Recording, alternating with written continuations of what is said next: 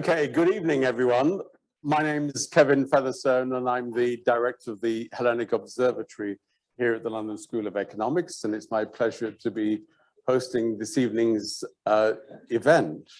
I'm going to introduce our speakers in a moment, but by way of introduction to our focus, let me say a few words on that. You'll have seen that we're here to discuss a parallax.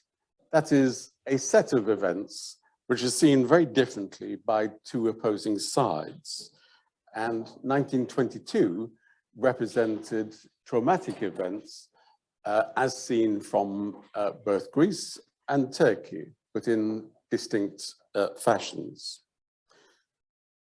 Seen from the vantage points of the Greeks, we refer to the 1922 catastrophe, the burning of Smyrna in September 1922, the 9th of September, and its aftermath.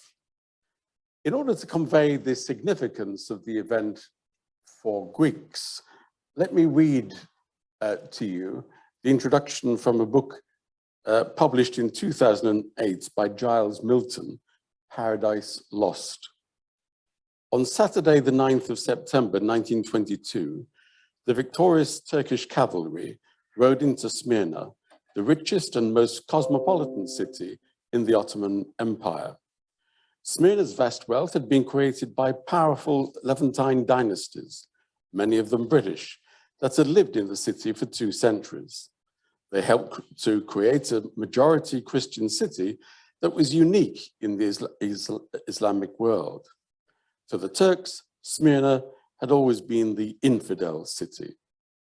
In the aftermath of the First World War, Greece invaded Turkey with the aim of restoring a Christian empire in Asia Minor, with Smyrna at its heart. The great powers, including Britain, supported Greece's war on Turkey. By 1922, the Greeks had been vanquished. Many feared that the newly victorious Turkish army would now unleash a terrible fury on Smyrna's infidel inhabitants. Conquering Islamic armies were traditionally granted 3 days of pillage following the capture of a resisting city. Yet there had been no resistance to the Turks, and Smyrna's Christian population, which included Levantines, Europeans, and Americans, were confident the Allied fleet in the bay would protect them. What happened over the next 2 weeks must rank as one of the most compelling human dramas of the 20th century. Almost 2 million people were victims of a disaster of truly epic proportions.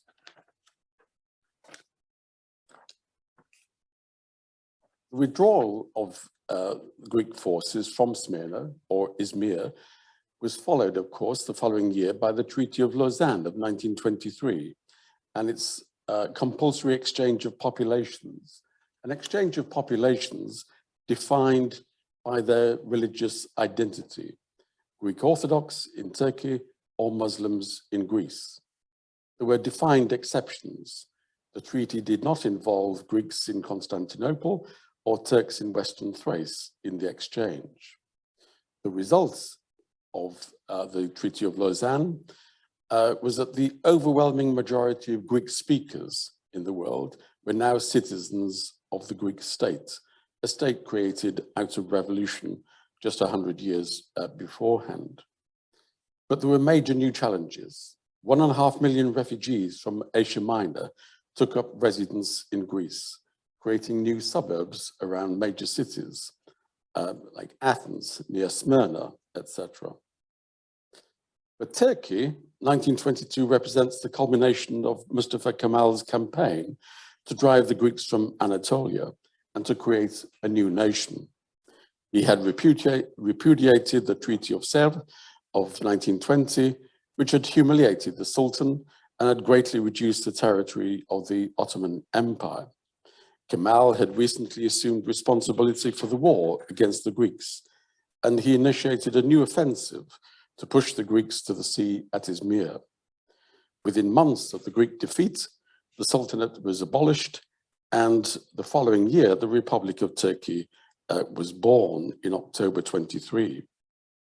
A modern nationalism was born, Kemalism, which would guide the nation building in the Republic of Turkey. So we're discussing the events and the anniversary, the relevance of history, memory, and the outcome for international politics in the 100 years since those events. And I'm delighted to welcome our speakers. This evening, we're welcoming speakers just from 3 continents. Let me introduce them in the order that they will be speaking to us. We've invited each of them, whether here in situ or online, to speak to us for a maximum of 8 minutes, and then we'll have a discussion, and we'll certainly encourage you to ask questions here, those of you in the audience, in this room, and we're also inviting you watching online to send us your questions as well.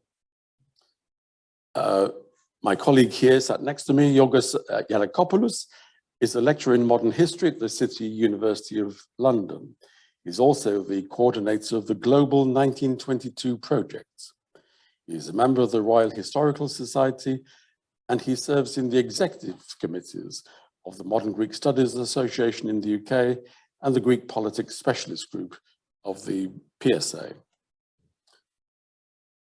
Ozan Ozavci is Assistant Professor of Transimperial History. His research interests are in the entangled histories of Europe, the Middle East, and North Africa from the late 18th century until the 1950s.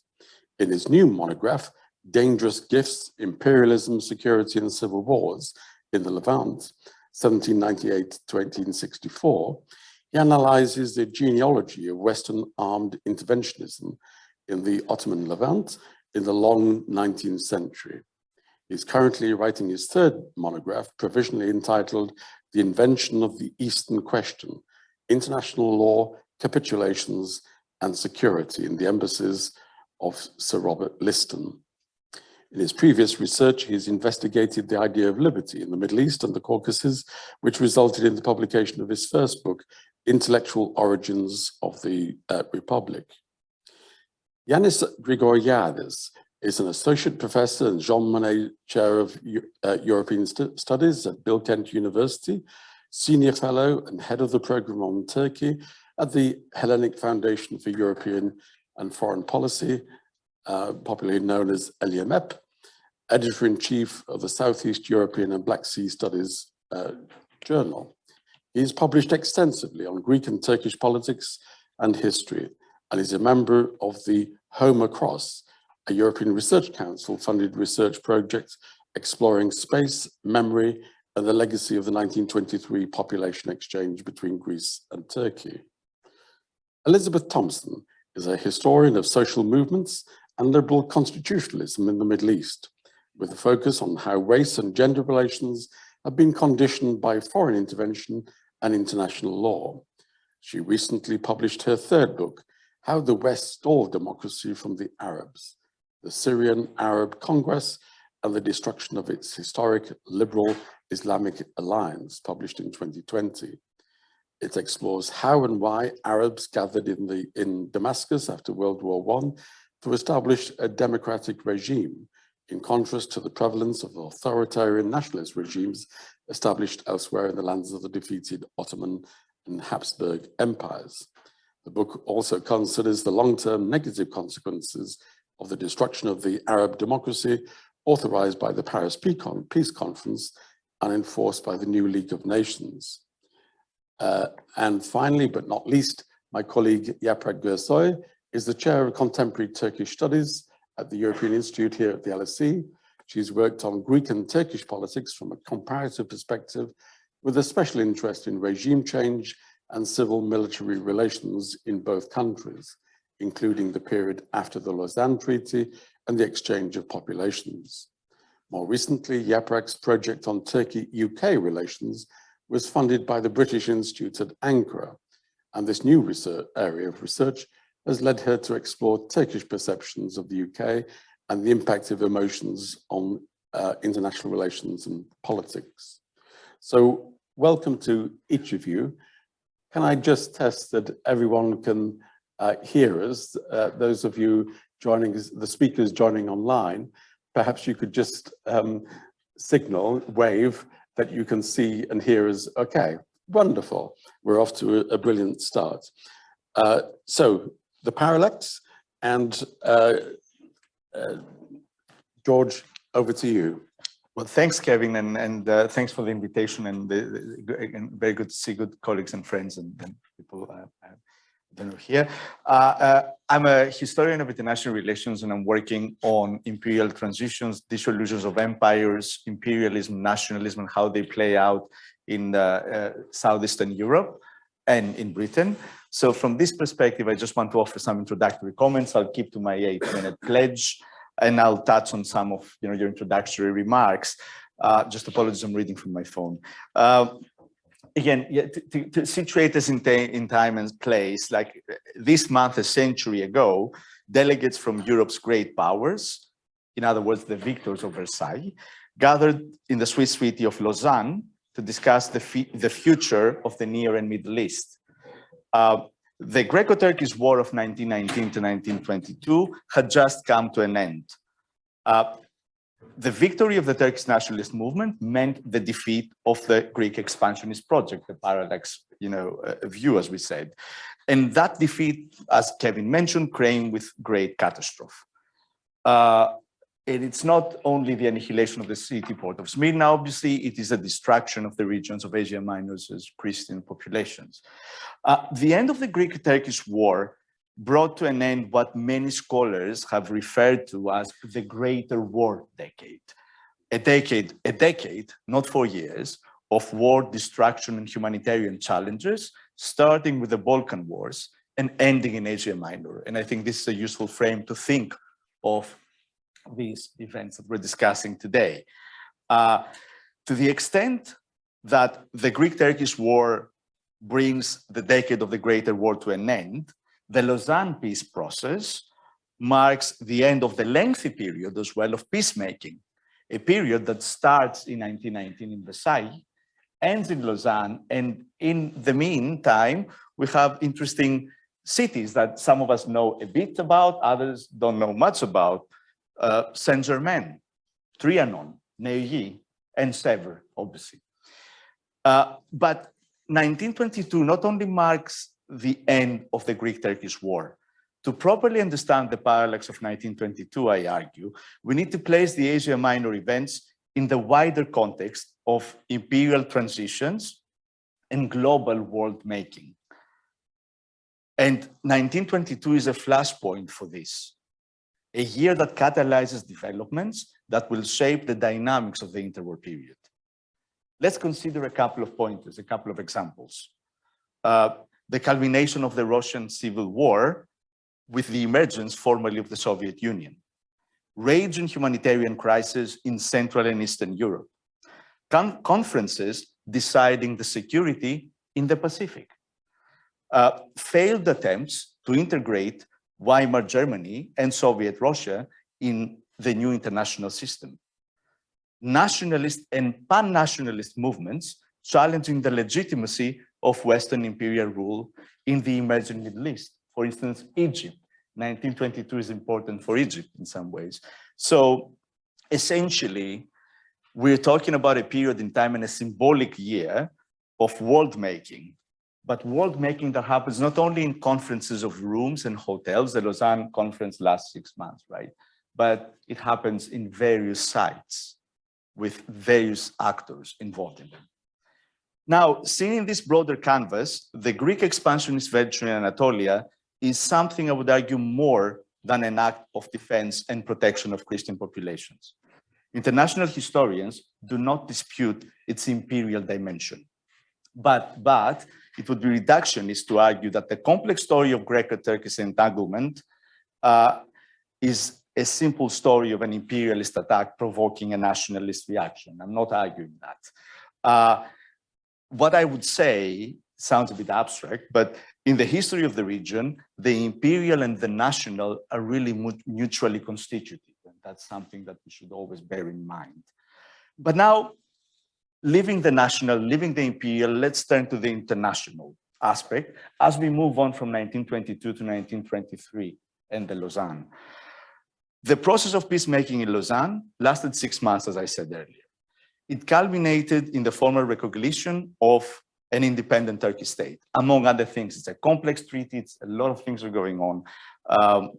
One of Lausanne's lasting legacies was the formal compulsory population exchange, as Kevin mentioned, between Greece and Turkey.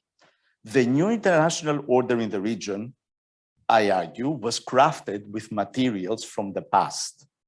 Population exchanges and partitions had already occurred and had already been proposed in the past on a number of occasions, and not only during the Balkan Wars.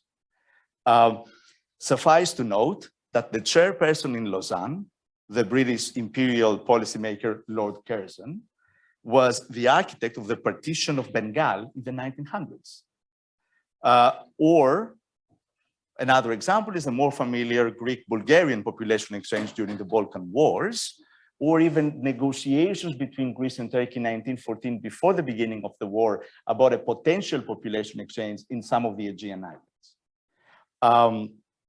So essentially, what I'm arguing is that Lausanne turned the practice of population transfers into an instrument of international politics and into a core feature of the interwar liberal international order. And a side note here, in the 1920s, a lot of internationalists associated with the League of Nations found the involuntary population exchange as a useful tool in international politics. Now, the Lausanne Treaty is not the only treaty. The Lausanne Treaty is the only treaty of the period that survives to this very day.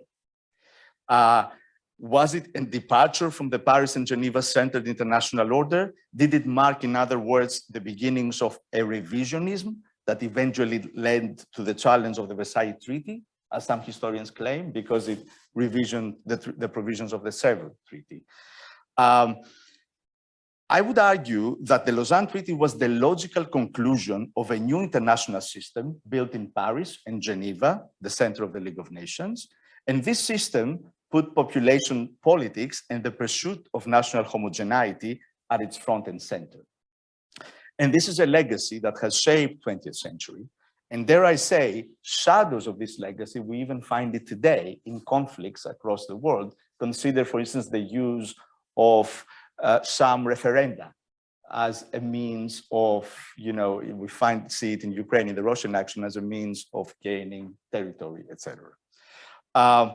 Now, coming to the end closely, beyond the offices of the decision makers, beyond the halls of the international conventions and the theaters of formal warfare, lie the people, the civilian populations, who after all suffer the consequences of the remaking of international order, of the collapse of empires, or the dissolution of imperial fantasies, and the pursuit of strategies of national homogenization.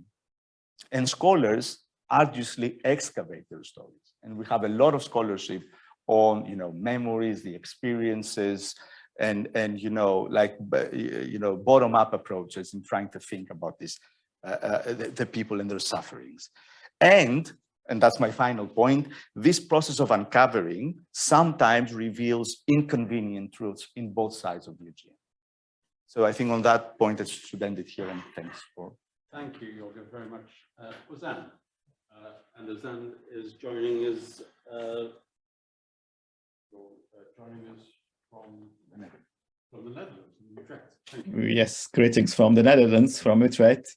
I'd like to begin my 8 minutes by thanking the organizers for putting together this wonderful panel, and very nice to see familiar faces. A long while ago, when Giorgos and I were thinking about the title of this panel, we decided to include the term parallax in it, in part to emphasize the intersubjective dynamics and implications of 1922. Clearly, as said before, what was a defeat and catastrophe for the Greeks, as Giorgos has just mentioned, it was a victory for the Turks. But instead of war and catastrophe and victory, or the Great Fire, I'll talk about the peace that 1922 brought about. The Lausanne Peace Conference that Giorgos has just spoken of became a host to many exciting figures, prominent figures or not so well-known figures, like the newly elected Italian president, Prime Minister Benito Mussolini, who made his diplomatic debut in Lausanne, or the likes of Bulgarian Nadezhda Stanchova, one of the first women diplomats in history. She was also there at Lausanne and the negotiating tables. She would tell people around that if you open my heart, you would see the Deaj, which shows how badly the Bulgarians wanted an outlet in the Aegean. Or young Ernest Hemingway was also there in Lausanne. He was a Paris-based journalist at the time. He spent 3 weeks at Lausanne observing the conference, and later on, he even wrote a poem about his experience there and in Genoa and earlier in Istanbul. The poem's title is "They All Made Peace." What is peace? This is also the title of a volume that I'm co-editing together with my colleague, Professor Jonathan Conlin of Southampton University. The volume is about the Lausanne Peace Conference and will come out next spring with Ginkgo. In its introduction, we ask the very question that Hemingway raises. What did peace mean in 1922? Did it involve settling past scores or trying to establish an international order that would prevent future outbreaks of violence at whatever cost to present and past? Or, as Martin Luther King Jr. has once inquired, was peace merely the absence of tension or the presence of justice? The many participants of the Lausanne Conference in 1922, those that sat at the negotiating tables, or those that were not given formal accreditation, but were still informally present to make their voices heard, they all had different answers to these questions. And I believe this shows once again why the term parallax is quite fitting to understand 1922. I agree with Giorgos that there was a certain continuity in the post-war peace settlements from Paris to Genoa and Lausanne. I'll come to that later. But at the same time, Lausanne had a unique quality. It was unusual and even bizarre because, among other things, it was negotiated and settled between the victors of the Great War of 1914-1918, the Allied powers, and the victor of the War of 1919-1922, Turkey. So Lausanne was a victor's peace, and also a moment of amnesty, one that was granted not only to the Turks, but also an amnesty that the Turks, I'll say, granted to the Allied powers. What do I mean by it?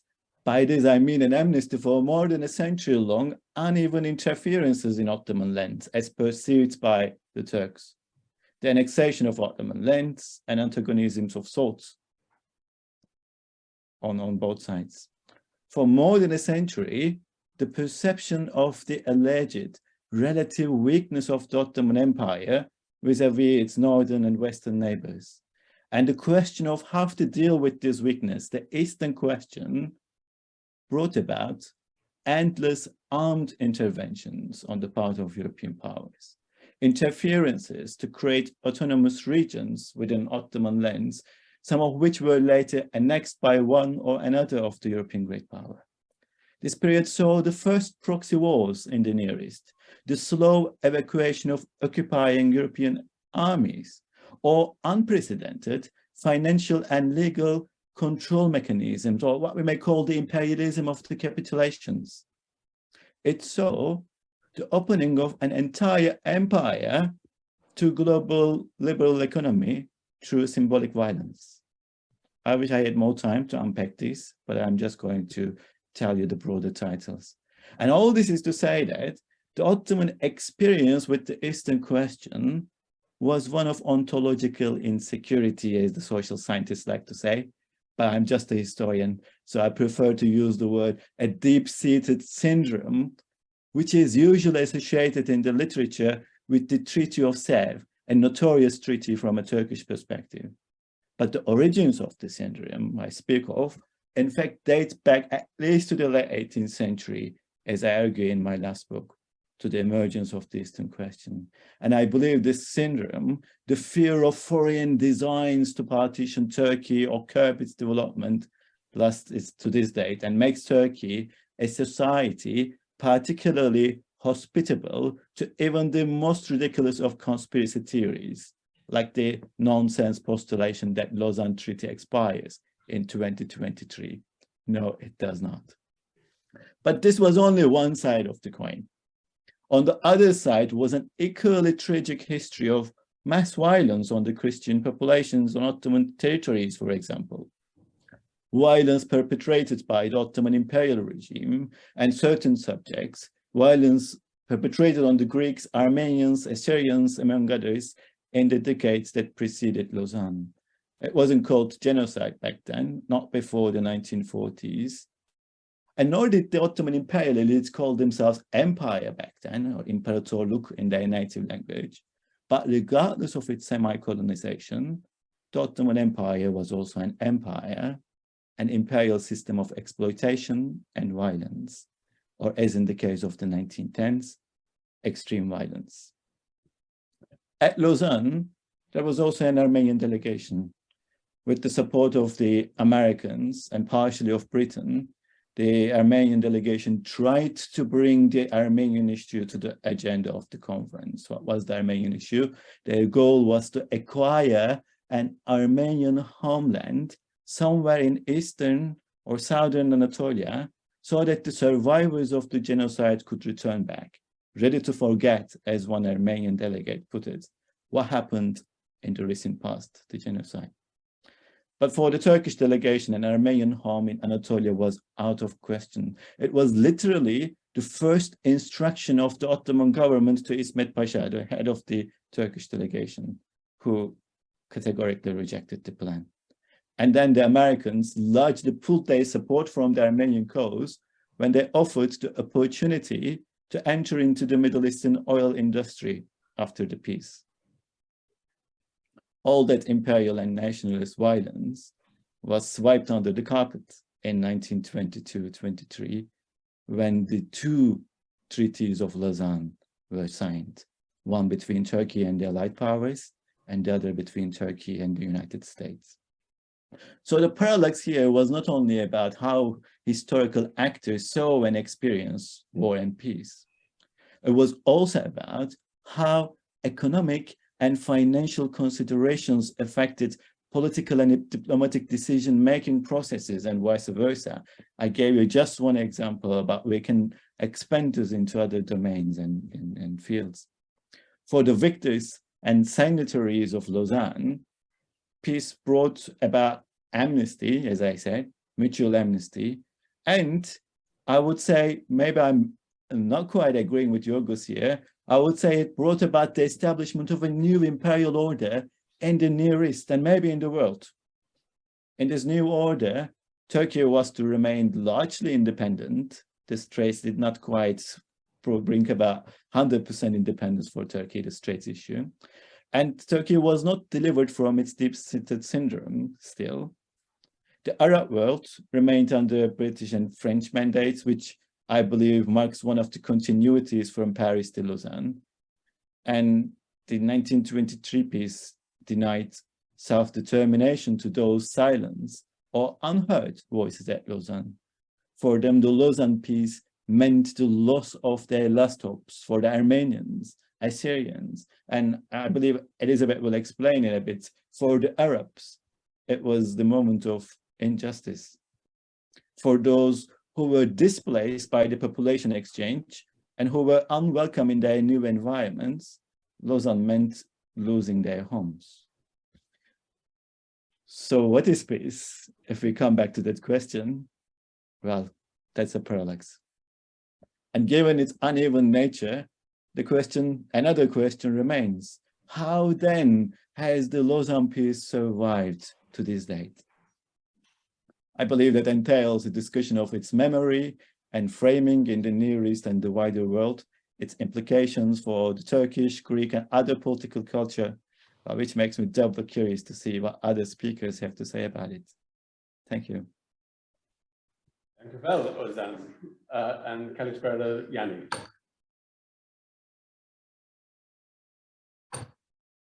We can't hear you at the moment. Can you hear me? We can now, yes, thank you. Yes. Hello, welcome from Ankara. Good evening, and it's a great pleasure to be with you this evening. And thanks to the Hellenic Observatory and the conveners for inviting me to this discussion.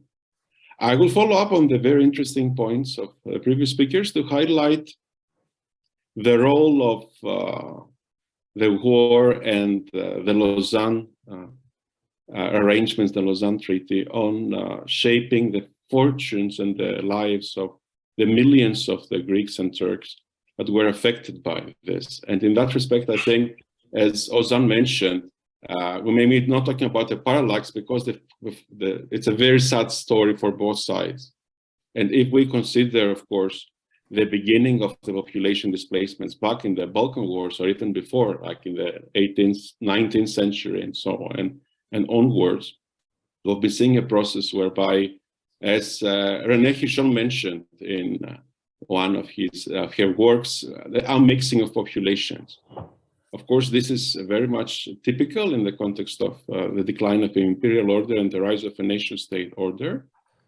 But it's definitely a very painful process, especially for people and populations who have not become part of any nationalist project through their sort of education experience or through their membership of different networks that developed in the imperial context, of course, in the Ottoman Empire, but outside the borders of the Ottoman Empire, in the nation states that emerged in the Balkan Peninsula. And in that respect, I think it's very important to highlight that the war that we've been discussing is producing most of the population displacement that is going to be kind of confirmed and ratified a few months later by the Greek-Turkish population exchange agreement signed in Lausanne in January, not in July 1923.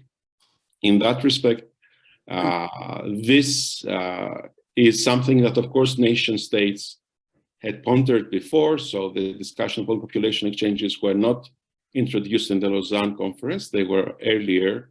But of course, the terms and the conditions of these population exchange negotiations were different. We were talking about voluntary exchange whereby property rights would be sort of respected and people would be able to sell their properties or transfer their property where possible to their new homelands. Because of course, the logic of converting the Ottoman Empire into a nation state and or expanding the borders of the Kingdom of Greece against the Ottoman Empire required this degree of homogeneity. So in that respect, nationalist projects on both sides were not thinking differently.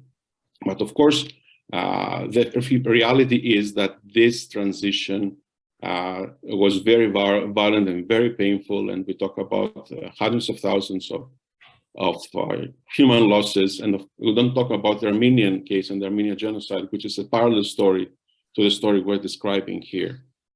So, of course, I would also like to highlight the political consequences of this. So we may be talking about the effect of this on the peasants and the bourgeois populations of the Greek minority in Asia Minor, the Turkish minority in northern Greece, the parts of Greece that were annexed to the state following the Balkan Wars.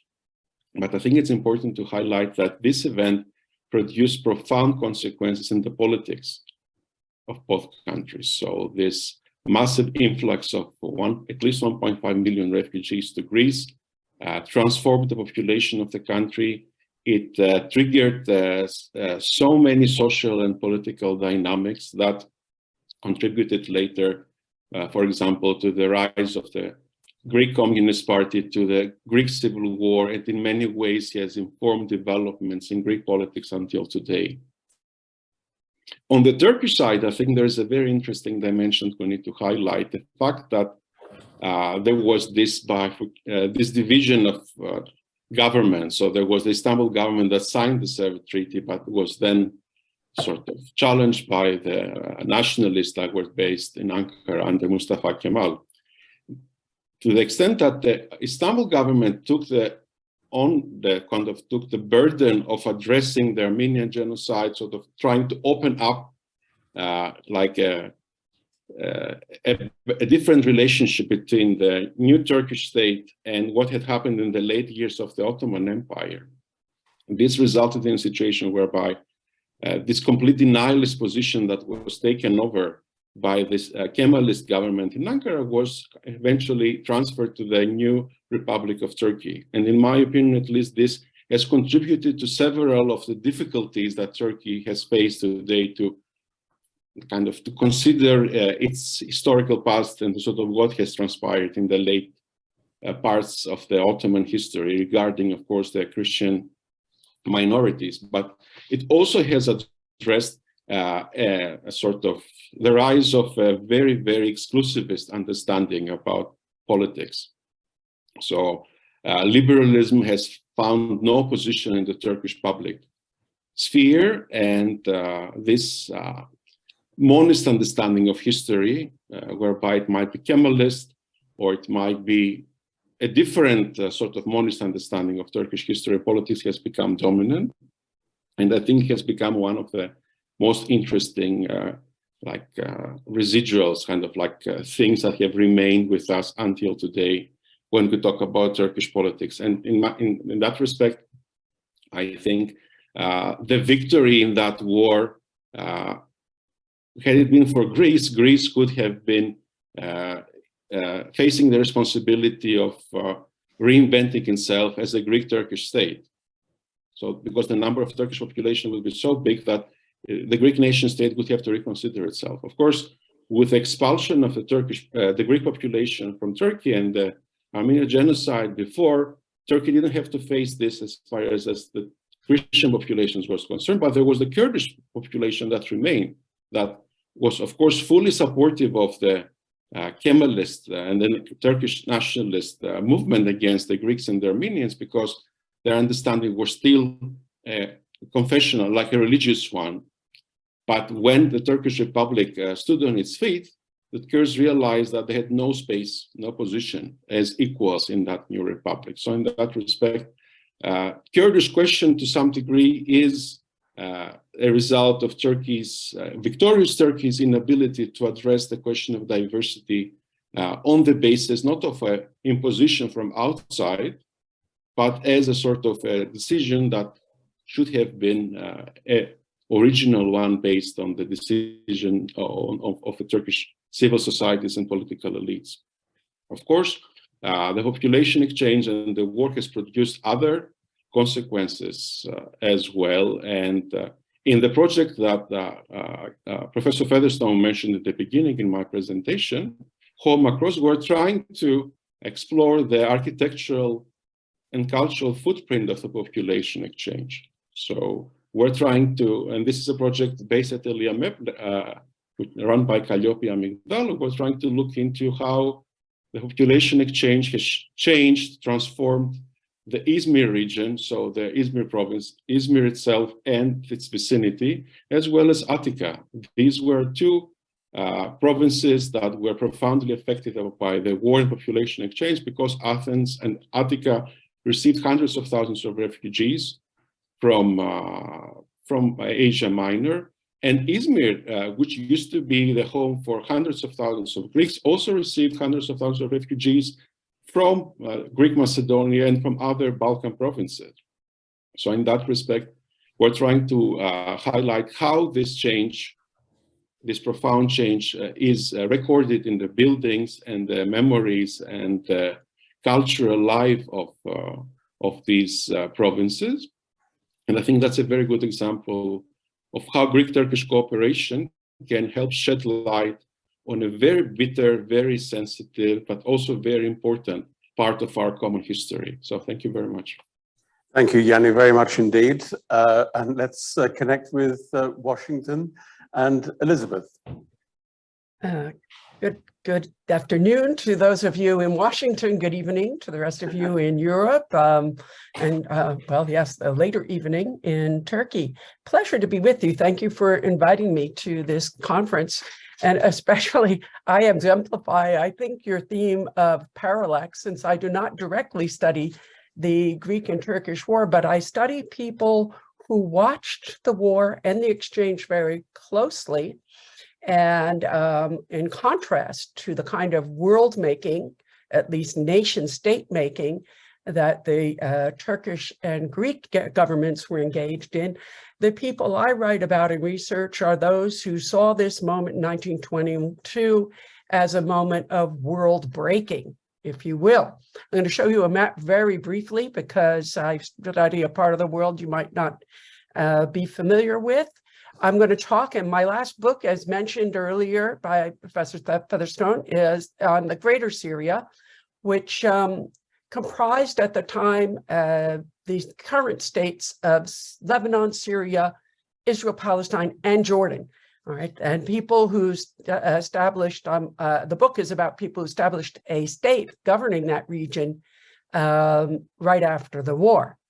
I am going to, however, look at what happened in 1922 between Greeks and Turks from the point of view of Gaza, the very southwestern part of what we call Greater Syria, and the meetings of two peoples who were fighting in those battles alongside the Turks on one hand, and on the other hand, the British and their forces, right? This is, there were 3 battles at Gaza. The final one ended in November of 1917. And one person I'm going to talk about representing the sort of pluralism of the Ottoman society and the world that he lived in that would break was a man named Antoine Köpe, whose family came way back when from Transylvania. Protestant Hungarians who in fact were very well disposed towards the Ottoman Turks situated in Constantinople. The Turks had given them refuge in their various battles against Vienna and the domination of the Austrians over the Hungarians. Indeed, Antoine Köpe's grandfather came and settled in Constantinople during the 1848 revolution, which swept across Europe, but included Austria-Hungary. All right. The other people I'm going to talk about are Arabs who were present at Gaza and in the battles against the Ottomans leading up to the final fall of Damascus and Aleppo in 1918. These were people, now I'm going to leave the screen there for so you can just see me. These were people who, in fact, also were fighting to protect a world they knew from what they saw as the aggression of Western Europe. Antoine's family felt that they lived in, if you can imagine the map I just showed you, a world we might call Middle Europe. It included Greece, it included the Balkans, it included Austria-Hungary, all the way up to Berlin. And Antoine, a young man at the outset of World War I, born in Istanbul, native speaker, however, of French, living in the European side of the city, the capital city, joined up eagerly to fight on the side of the Turks to protect that civilized world of Middle Europe from the aggressions of a kind of capitalist imperialism that threatened his world from Western Europe. Likewise, the Arabs had at first fought on the side of the Turks, again, to protect their territories and their society from the depredations of European aggression. But by 1916-17, fearing, in fact, that the Ottomans would be unable to protect their lands, cut a deal, in the end, a very bad deal with the Allies, that if they switched sides, they would get an independent state. But on both sides, what they were fighting to defend was in fact a pluralistic society that was not, as the Europeans would have it, a throwback to some primordial, pre-modern, unworkable sort of imperial pluralism. In fact, these were people who had been very much involved in the development of constitutional liberalism. And here I make a gesture to my previous speaker who talked about, and those of you about this moment as the death of liberalism and the victory of a kind of less tolerant, exclusionary, and unfortunately authoritarian style government in many cases. The Arabs watched the war in Anatolia with mixed feelings from Damascus. Right? What they saw was the danger of the perpetuation of the kind of military dictatorship that had thrown them into the arms of the British. During the war, there was a huge famine in Greater Syria, and the Turks were unable to assure bread, basic sustenance to the civilians who lived there, and nearly 500,000 people died. 1 out of 6 people died.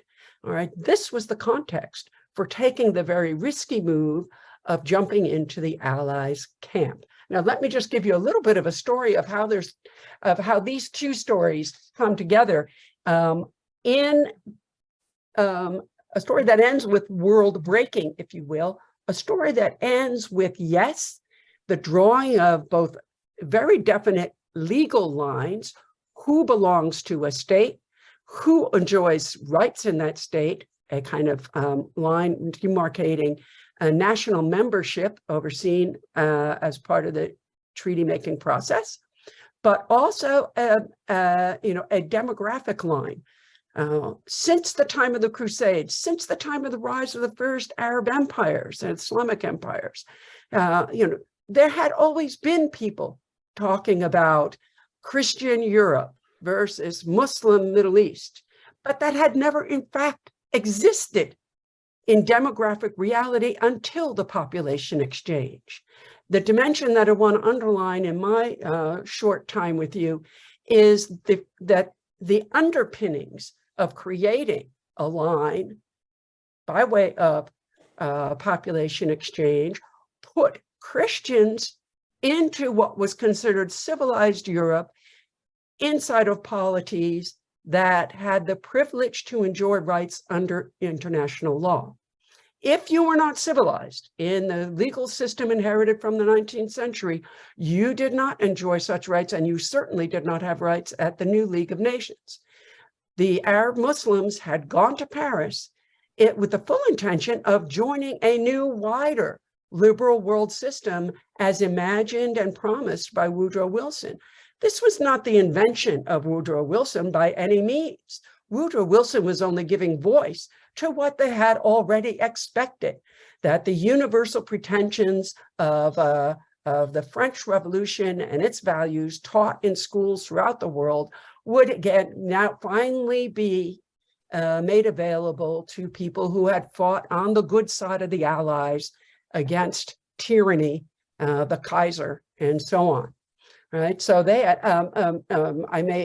we can talk about it in the Q&A if you like, but just as a footnote, the Arabs sent their representatives to the Paris Peace Conference in full expectation they could get those rights, just as the peoples of the defeated Austro-Hungarian Empire claimed rights. Poland was created at the bid of Poles who, claimed the right to sovereignty and self-determination.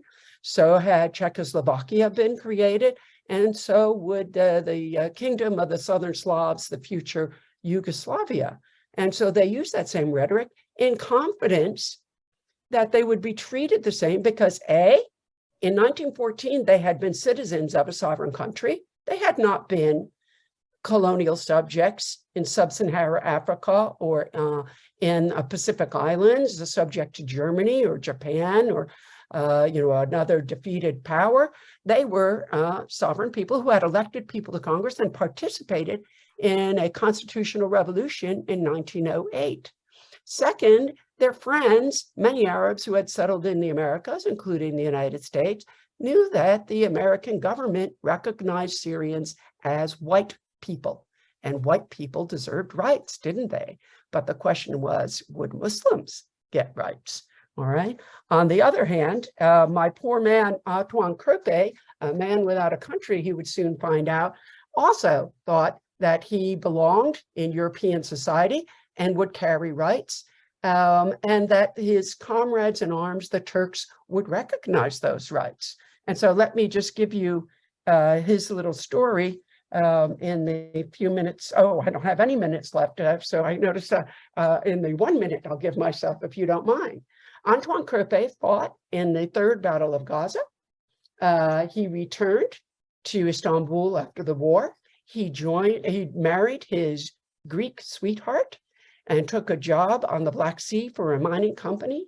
It would not be until 1927, when he was forced out of his job to make room for a Muslim Turk, that he realized that he no longer lived in a pluralistic society that would guarantee tolerance and rights to all inhabitants. Indeed, the Turkish government refused him citizenship, even though he himself had refused to be expelled by the Ottomans. I mean, long before the Turkish-Greek population exchange, every Austrian and German soldier was expelled from Istanbul, but he hid in attics and basements because his people were the Ottoman Turks. They were the people he grew up with and the people he knew. So Antoine Crépé, yeah, I'll just wrap up, would in the end himself find himself displaced and forced to migrate out of the region to the United States long after World War I. Meanwhile, may I just say, last closing, I'm sorry, I didn't time this right. The heirs to the defeated Arab state at Damascus, defeated by the French in 1920, in Palestine would see the reenactment of a population exchange, if you will, or at least the logic of it. And today we see Gaza under siege as an open air prison camp in a virtual population state exchange. And we see heirs to treaties and precedents set 100 years ago, Syrians forced out of a dysfunctional government and society and rejected in Europe, by and large, creating a crisis and stripped of rights, much as their peers in Gaza have been as well. Thank you. Thank you, Elizabeth, very much indeed. And so our final speaker, but by no means least, my LSE colleague, Yaprak. We can't hear you, Yaprak. Yes, because Thank I you. was on mute. Sorry about that. I'm going to share my screen, and because I have a PowerPoint presentation. I have it only to time myself better. Thank you very much, first of all, for the organization of this brilliant event. I've learned so much from the previous speakers. I need to start out by saying that I'm not an historian. I work on politics and international relations. And I would like to approach the Greco-Turkish War from that perspective and from the perspective of collective trauma. And how collective trauma and the events of 1919 and 1922 still, in some respects, shape the conflicts in the Aegean and the Eastern Mediterranean. So I want to look at the implications of the war for current politics. And I want to argue that current conflicts that we hear so much about on the news media and also recently have reasons beyond hard power, economic interest, or other types of national interest. And perhaps we can include the legacy of the Lausanne Treaty into the reasons, behind the conflicts in the Aegean and the Eastern Mediterranean, the unresolved issues of the Lausanne Treaty. But beyond these, I believe that there is also the important elements of the memory of the wars of the 19th century. So I'm talking about the wars between Greece and Turkey, with the start of the Greek independence war from the Ottoman Empire in 1821, and finally culminating in the Greco-Turkish War of 1919. The photo that you see here on the slide is, of course, just one example of an incident when Greece and Turkey came on the brink of war over the islets of Imya Kardak in 1996. But this has been, of course, quite, it's just an example of several incidents like these, like this one in the recent years. So we can think of wars or the Greco-Turkish War as collective trauma. So wars are indeed collective traumas in the sense that they are horrible, shocking events, and they cause intense emotions, such as pain for a collective. But wars can also be thought of as events, and based on the definition of collective trauma in the literature as well. These are events that reveal that our sense of belonging to a community and the security that we seek from that community are in fact misplaced. As Atkins, Hutchinson, and others would argue, collective traumas and wars would dismantle our sense of belongings and would provide an opportunity to reconstitute new identities and new ones. So with trauma, we rethink our communities and identities. And in that sense, the Greco-Turkish War, as we heard from the other speakers as well, gave the opportunity of nation building to these communities and allowed them and forced them to rethink their communities and identities. Also, collective pain occurs through such traumatic events like wars, and they become the means with which we form new surfaces and borders. And these shared memories of pain and borders and border making are passed down to generations who continue to remember the pain and maintain the collective identity as it was usually reconstituted by those who were in power. So identities, new borders, new surfaces are usually shaped by those who are in power, and then they are commemorated and remembered through the lens of those who were in power. Vamuk Volkan considers these types of traumas as chosen traumas. So nations remember past traumas, and they remember how their nations were built, and they remember these traumas and nation building. In the case of Greece and Turkey, more than anything else, it was the collective trauma of their wars and conflicts with each other in the early 20th century that constituted their current collective identities. This is, of course, a glorified self-identification that hides away their own violence and atrocities during these years. It is also a reminder of who the other that caused the pain is, putting the blame of the wars almost entirely on the other, which is demonized and still perceived in a negative light. In this sense, and as covered by the literature on Greek-Turkish relations quite extensively, Greek and Turkish identities were constituted against one another.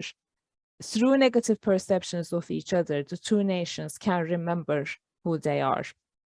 Therefore, current-day hostilities and disputes in the Aegean and Eastern Mediterranean are also a useful tool to create a rally around the flag effect, imbued with hyper-nationalism. And without this aspect of the conflict sorted, without the memories of the trauma properly assessed, it is unfortunately the case that we won't probably be able to find the solution to these chronic disputes. So just to very quickly go over, how the Greeks narrate their own collective identity vis-a-vis Turkey and the Ottoman past. So, of course, this is an exaggerated, slightly exaggerated and a stereotypical, depiction of Greek collective identity. Please bear with me. In the remaining 2 minutes, this is the only thing that I can do. So according to Greek collective identity, this is a nation of at least 3,000 years.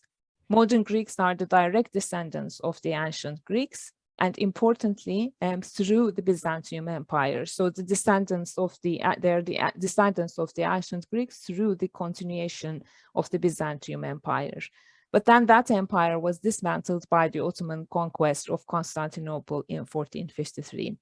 So the collective identity of the Greeks and their nation were broken by the Turkish yoke. And quite importantly as well, Greece was separated from its European origins by the Turkish yoke as well. So Turkey in that sense is a long-term enemy. And this shapes, of course, Greek perceptions of Turkey as well. So from this perspective, Turks are neo-Ottomans and they have expansionist visions.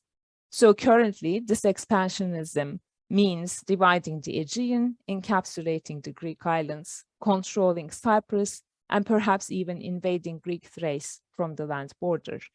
Here is a cartoon. I mean, there are so many cartoons like this, but this is from a mainstream right-wing newspaper, Katimeri's English version, depicting Erdogan as the Ottoman Sultan with expansionist visions. And of course, behind this type of understanding is the belief that Turks are aggressive and are always prepared for an offensive. Again, behind this understanding is the stereotypical understanding of the Turk as an uncivilized barbarian. But until very recently, we should also include the international dimension to this understanding that the Turks have been supported and overlooked by the US, or their aggressiveness were overlooked by the US. This is changing in the recent years, but that has been the general understanding. Now, in terms of Turkish collective identity, the Turks view the Ottoman Empire as tolerant toward other religious communities. So they don't remember of course, the Ottoman Empire in this negative light that the Greeks have. Modern Turkey then, as a continuation of the Ottoman Empire in this case, is a bridge between the East and the West. And Turks today are tolerant and understanding, especially toward the Muslims and others who are repressed and discriminated against by the West and the Christians.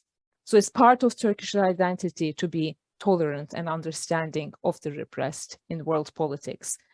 Now, Turkish perceptions of Greece reflect the megali idea of the 19th century, the state ideology of the Greek nation state at the time to unite all Greek-speaking populations, or the imperialist visions of Greece, as we've heard about from the previous speakers.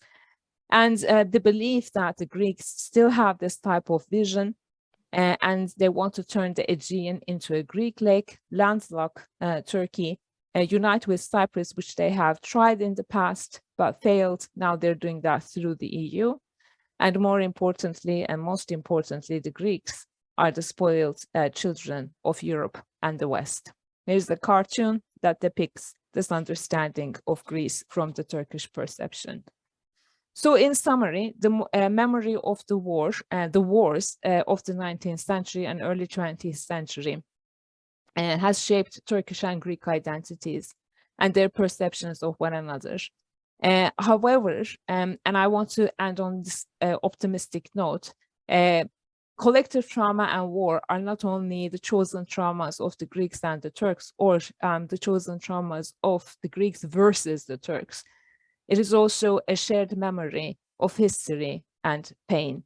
And this shared memory can actually be utilized and remembered so that the two nations can understand each other better. Thank you. Thank you, Yaprak, very much indeed. I'm conscious of the time because we're scheduled to finish at 8. And I know that some people are watching online and you can send us your questions online and I'll be able to read them here on the screen in front of me. And we also have a number of people who may like to comment and ask questions here. But we've had, I think, a very good tour of the various issues and dimensions of this conflict. We've heard about the legacies of liberal internationalism, whether these events were world-making or world-breaking. We've heard about these events and the othering aspect of national identity, the inability of each side to recognize their own internal diversity.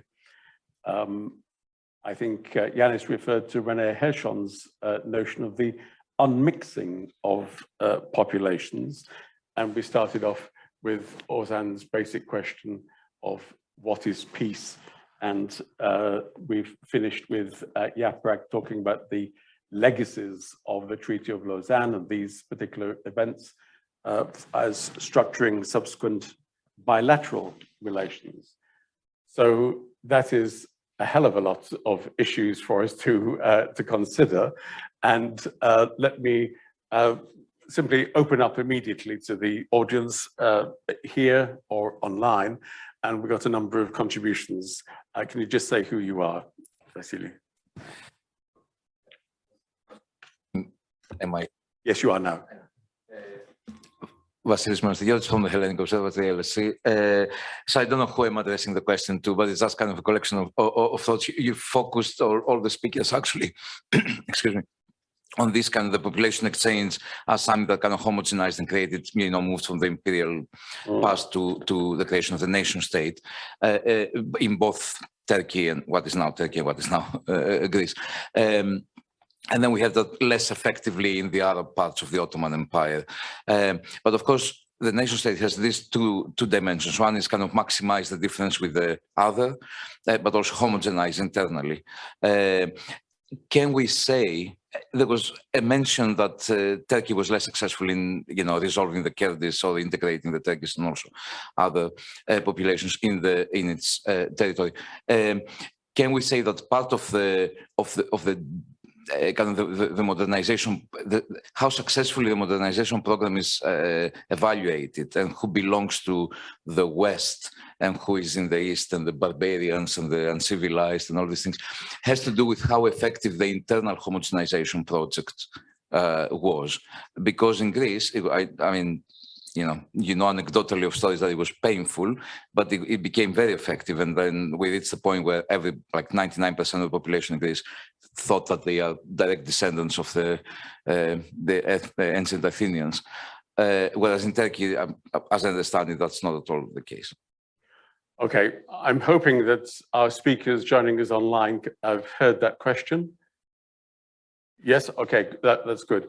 I wonder, Ozan, if you'd like to begin by addressing that question? If you could unmute yourself. Yes, of course. So if I understood correctly, the question was how effective the modernization program was evaluated, and internal homogenization, how successful has it been in contemporary Turkey? I mean, what are the criteria here? I think that is the counter question that I might need to raise, and how Turkish political culture has been shaped since the 1920s. So a quick pointer also to the other speakers here.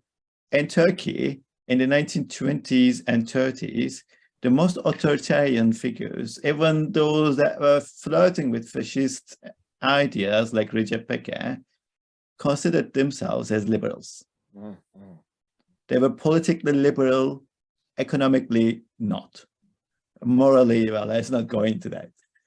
And this liberal model was based on the premise of a nationalist communitarian understanding. It drew inspiration from Durkheimian ideas to an extent. Of course, Islamic thought also played a considerable role there. And they wanted to create this collective consciousness among the Turks. Everyone was supposed to be equal. There has to be a classless society, and ethno-religious differences, aside from the minorities, meaning non-Muslims, they did not exist. Everybody was Turk. also by constitution, according to 1924 constitution, which was one of the first points that would antagonize the Kurds and would lead to a series of uprisings and, of course, mass violence from 1920s onward.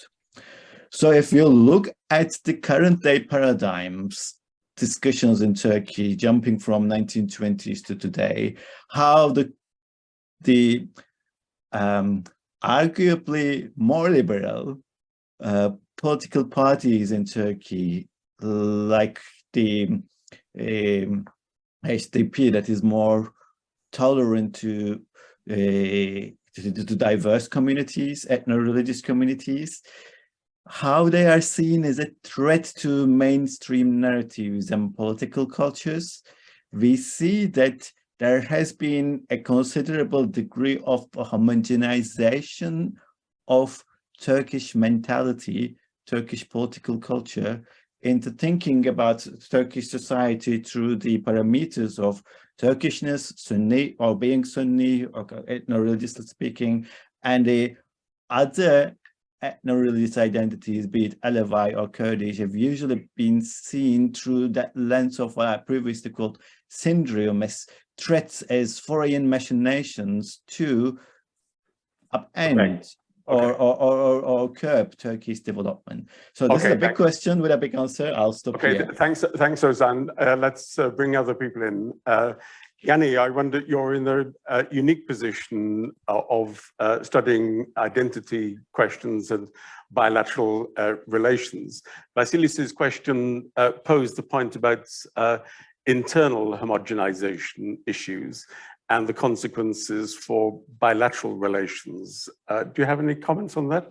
Well, I think that Vasilis's comment is pertinent because there is a different story in both cases. In the case of Greece, we can argue that homogenization has been more successful, but I think this is also due to the size. The fact that Greece was defeated and its population, maybe more than 25% of population came from Turkey as refugees.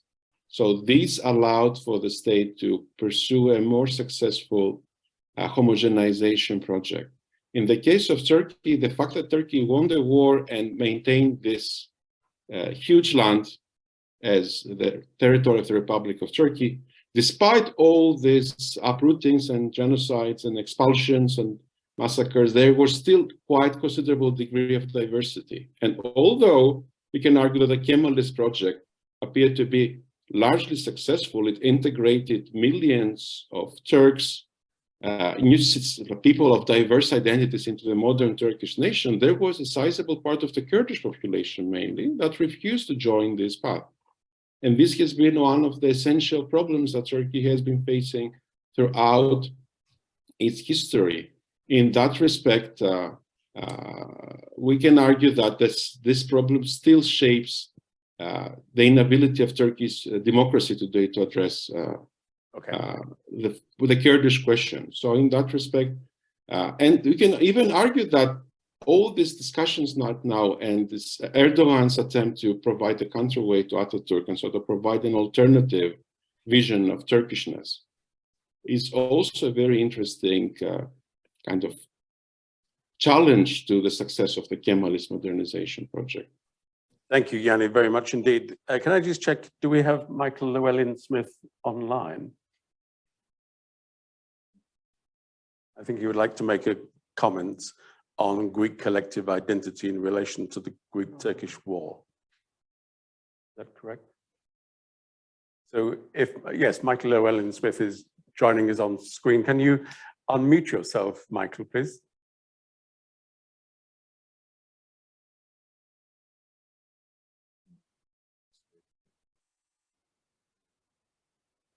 Whilst we're waiting for Michael, George, do you want to make a comment?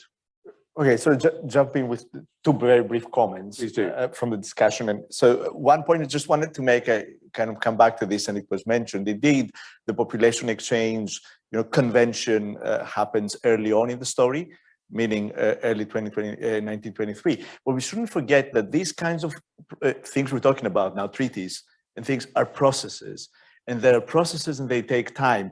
And what also takes time is what happens after the treaties are signed, there's great wealth of material in the League of Nations archives, where you have League of Nations bureaucrats trying to manage what's going on. And it's like great for the researcher there to see that material. And quick point on that, also what is a process is that, you know, Renee mentioned the book as unmixing, but the term unmixing, it's interesting to note, has actually a very interesting prehistory, and it's being used again and again in the 19th century by imperial observers when they encounter national problems. And they think of unmixing as a method of solving questions. And that takes us to the treaties. We try to solve questions in the treaties, but there are always questions unsolved that come up. Okay, thank you. I think we do now have Michael. We can you hear us, Michael? Yeah, I can. Can you hear me? Yes, go ahead.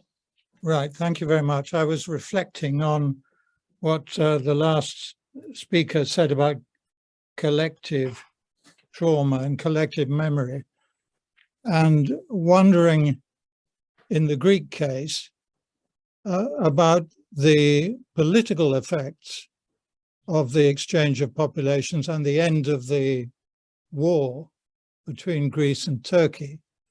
And the immediate effect of the end of the war was to actually sharpen the divisions between members of different political parties in the Greek political world. Very much so, so that for many years, the effects of this increased division and hatred between the Venizelos and the non-Venizelos, the royalists or whatever you like to call them, was not just a problem, but a major feature of the Greek political scene. And I'm not sure when it came to an end, but perhaps after the Second World War. And this can be distinguished, I think, from the effects of the exchange of populations on those who were exchanged, although, of course, they were very much affected by the politics, and the politicians were very much affected by their fate. But I just wanted to draw attention to it because it's an aspect which hasn't really been considered during this seminar, but it is itself of considerable importance, I think. Thank you, Michael, very much indeed. Let's move on with other questions. We have the gentleman here. Could you put your microphone on here, please? No, people want to hear online as well. Just press the button and it goes red. Just keep it pressed, yes? Yep. Okay. Thank you, Mr. Chairman, for giving me. It's pressed. Okay. Can you hear me all? We can hear you. Go okay. ahead. I just want to touch on what Dr. Giannakopoulos okay. Right. It's very interesting that what you said about all those events. It is pushing. It's red here. It needs to remain red so we can hear you. It is red. I've got my finger in. It's red. It is now. It's yes, red go all ahead. the time. No, go ahead. Okay, right. You're correct in saying that all those events are interlinked, they're not isolated. And you mentioned the Russian Civil War, of course, and but all the Treaty of Sevres and all that. They're all interlinked. I would just like to add, without being critical, obviously, it's just a mere observation. So don't misconstrue what I'm saying is the Russian Revolution as well should be mentioned, and the Treaty of Brest-Litovsk, without wanting to digress. And you're also correct in saying it goes back to 1912 with the Balkan Wars, which again, that led to the First World War or whatever. But if you allow me, please, one could perhaps argue we could go back to the Treaty of Berlin in 1878, which in effect was the beginning of the carving of the Ottoman Empire, because Cyprus was ceded to the British Empire and parts of Bulgaria were ceded, taken away from the Ottoman Empire as well. The one thing I like to say the Treaty of Sèvres was not favorable to the Ottoman Empire, but the Treaty of Lausanne was. And there is a historical reason for that. It's because the main European imperialisms, France and Britain, they were afraid, with also the Americans pushing them as well. With the Russian Revolution, what they were afraid of, if Turkey had leaned and went towards Russia and the creation in 1922 of the Soviet Union.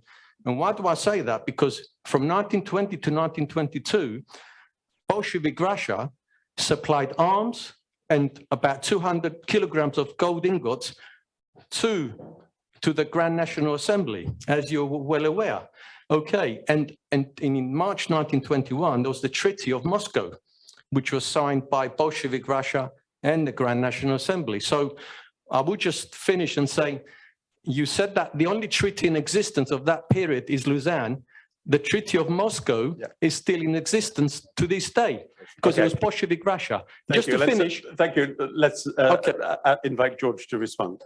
I just agree with the gist of it. Oh, sorry. I think we can hear me. No? Okay, good. Yeah, so I agree with the gist of it indeed. And there's actually 1922 another interesting point, very briefly.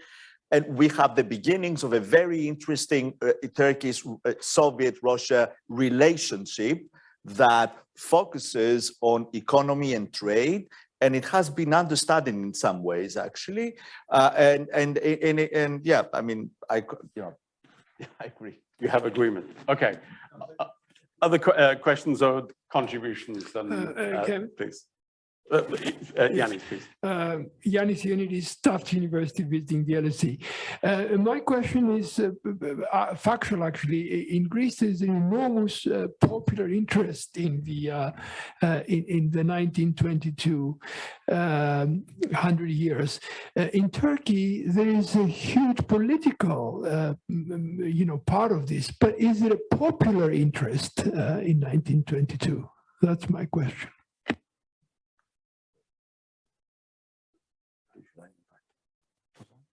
Ozan, do you want to come in on that question? Or Yaprak? Yes, I can, but I need to say that you're asking questions that need to be addressed to political scientists to me, while Yaprak is here, as in the previous question. But very shortly, one brief answer. A couple of days ago, one of the most popular football teams in Turkey, their supporters had this long march in one of the main streets of Istanbul to start celebrating 1922 and the proclamation of the Republic in 1923. So it is considered as this long path to the Republic 1922, and it is being popularly celebrated. Okay, so we have two political scientists we can call. Firstly, let's ask Ioannis and then Yaprak. Yanni, can you unmute? Question. In Greece, population exchange and the legacy of population exchange has become a very important part of the Greek public memory and public discourse already from the 1950s and 60s. And there has been a very great interest in the culture, in the music, in the food of Anatolian refugees and Thracian refugees. And they have contributed profoundly to the modern Greek identity. In Turkey, there hasn't been such an equivalent process, I think, because of the fact that Republican Turkish identity decided to forge Anatolia into the Turkish homeland. So these stories had to be forgotten so that everybody becomes a sort of a Republican Turkish citizen. So references to the past, references to these very bitter and traumatic experiences were kind of reduced. It's only recently, and I refer to the last 20, 30 years maybe, that refugee associations from Greece, from Bulgaria, from other parts of the Balkans tried to claim their position in the Turkish national identity. What Professor Ioannis mentioned, though, is the use of the Lausanne Treaty for political purposes in the kind of in a kind of shadow battle between Erdogan and Ataturk. So commenting on Lausanne, in my opinion, has to do more with the domestic political dynamics in Turkey, because the Treaty of Lausanne has been considered to be the birth certificate of Republican Turkey and evidence for the success of the Kemalist movement. Well, now there is some critique to that the Lausanne was not so good after all, and there were all these territories that were lost. So let's think about it again and let's do something better. So in a sense, this is referring though to domestic political competition in Turkey and the attempt of Tayyip Erdogan to emerge as a counter weight to Kemal Atatürk in the Turkish political competition. Okay, thanks. Yaprak.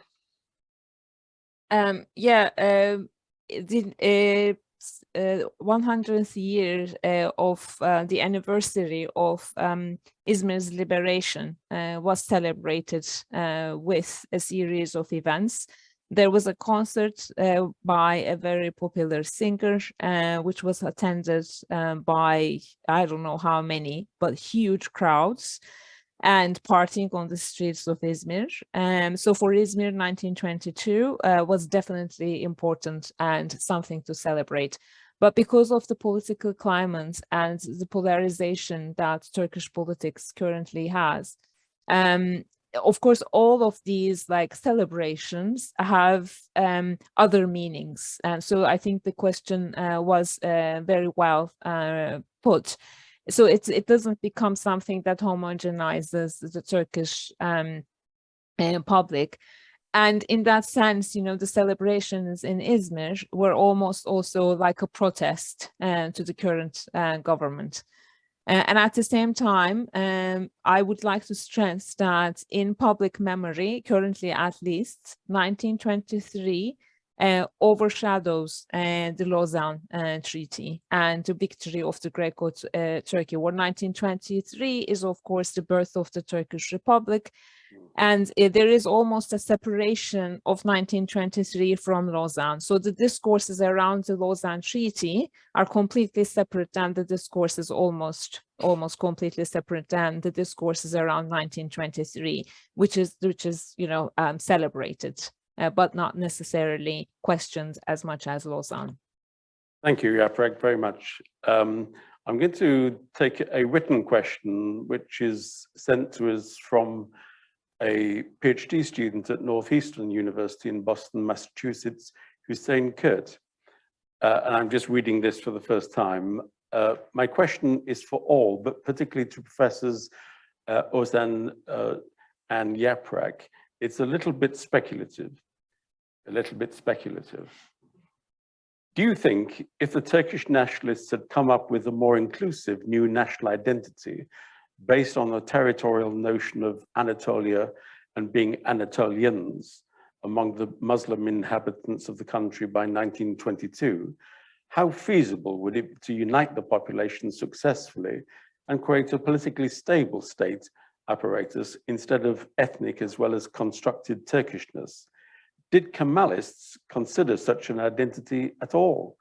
Would they find it realistic enough given the deep-seated syndrome going on for more than a century in the Near East, as Professor Ozavci mentioned? Ozan, do you want to comment on that? Yes, I love counterfactual questions because they just make you think, and that's the only chance we can rewrite history. There were moments like this blue Anatolianism that wanted to promote the idea of Anatolianness rather than Turkishness in Turkey. It was a more inclusive, relatively more inclusive discourse, not something embraced by the Kemalists, however. And I would say, yes, a more inclusive Anatolian identity would, in the first place, possibly not antagonize the Kurds from 1924-25 onward. It would not lead to this Sheikh Said rebellion, the Dersim massacre, or all these repressions. Possibly the minorities living in Turkey from 1920s onwards, the non-Muslims, as the minorities were considered at the time, would not suffer as much, possibly. It would be a much more ideal scenario. But the Kemalists, no, they did not really think about it. And I think the reason that they embraced Turkish nationalism Yes, it was partly this syndrome. They did look at other examples. If you look at the birth of Turkish nationalism, its pioneering figures like Yusuf Akçura, Ahmet Agayev, or Ziya Gökalp, you see that they are taking example of what happened in other countries, mainly the Russian Empire and homogenization there. Both Agayev and Yusuf Akçura were originally from the Russian Empire, and their conception of nationalism was actually not as inclusive, even though in some of their writings they would argue otherwise. In practice, there was a much different story. This is a counterfactual question. Thank you very much. It's a good one, but it will be a better world for Turkey, I would say. Okay, thanks. Yaprak, do you want to just briefly add a comment? Yeah, just quickly. I mean, I feel like it's difficult to make these types of arguments with the hindsight that we have, and we should be very careful criticizing past leaders, and we should really judge them based on the context that they were in. And I think at the time this was probably the only possibility, because the context was nation building. I mean, this is what we discussed. And then I want to go back to the first question that Vasilis asked, and there was another question, a comment actually from Michael Llewellyn-Smith. And I think they both point out to the important dynamic of what do we mean by homogenization. So is it homogenizing the ethnic communities? In that respect, perhaps Greece was more successful, but then there's also homogenizing ideologically. And so both nations struggled in terms of like this ideological homogenization, which is not ideal at all, but this is what they tried to do as well after the war too. So even if this new Anatolian national identity were to be created, which I think was quite impossible in the context of the time, there wouldn't have been ideological homogeneity as the Kemalists attempted. That did not really happen despite their attempts. And we have, splinter parties, and then after, a few decades, the Democrat Party, and so on and so forth. So homogenization doesn't happen. Sorry. Okay. Previously, you'd ended on an optimistic note, but thank you, Yaprak. This was an optimistic note. Okay. So I'm conscious of the time, and what I'd like to do is just to go around each of our speakers, if I may, and just give you one very brief opportunity to reflect on the discussion that we've had and what you would like us to take away in particular from the discussion. I'm conscious that, Elizabeth, we hadn't imposed any question on you, so would you like to go first? Sure, no problem. Thank you. I think my one takeaway would be this. I mean, we're all struggling in a world today where it seems like liberal democracy is under siege.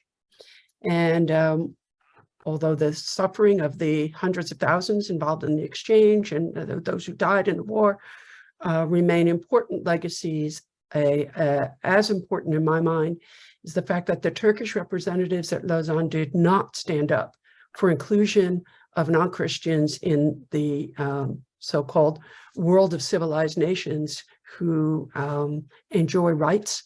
Within that, the Turks eventually positioned themselves as somehow secular Europeans, if you will, leaving Kurds, Arabs, others, Indian Muslims, and so on today in a degraded status of enjoying any kind of rights in the world. They played into the unfortunate racial politics of the moment.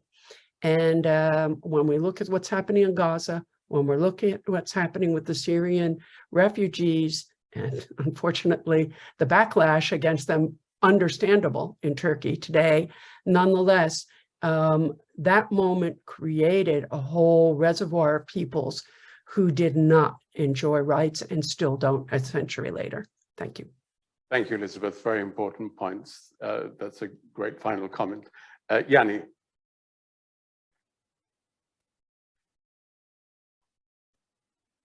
And the Lausanne Treaty highlighted the prevalence of state interest against human rights. So states establish their own homogeneous populations. They try to prioritize nation building over property rights, over the decision of the people to live where they were born.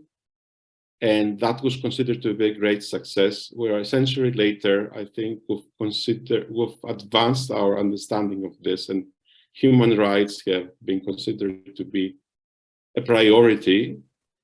Although in practice, we see that this doesn't always apply. It is important to keep that in mind, because we still witness around us wars and situations where people get uprooted and people lose their rights.